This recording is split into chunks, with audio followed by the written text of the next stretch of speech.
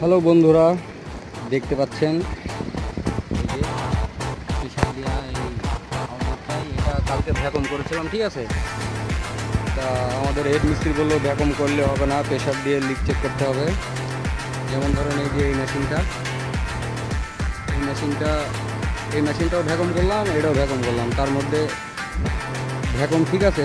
Pressure দিয়ে দেখি এই যে এই মেশিনটার এই যে এই থ্রি ফোর ফ্লাইং এগুলো লিকটা সলভ করলাম। এবার আবার প্রেসার দেবো, তারপর আবার ভ্যাকুম চেক করবো।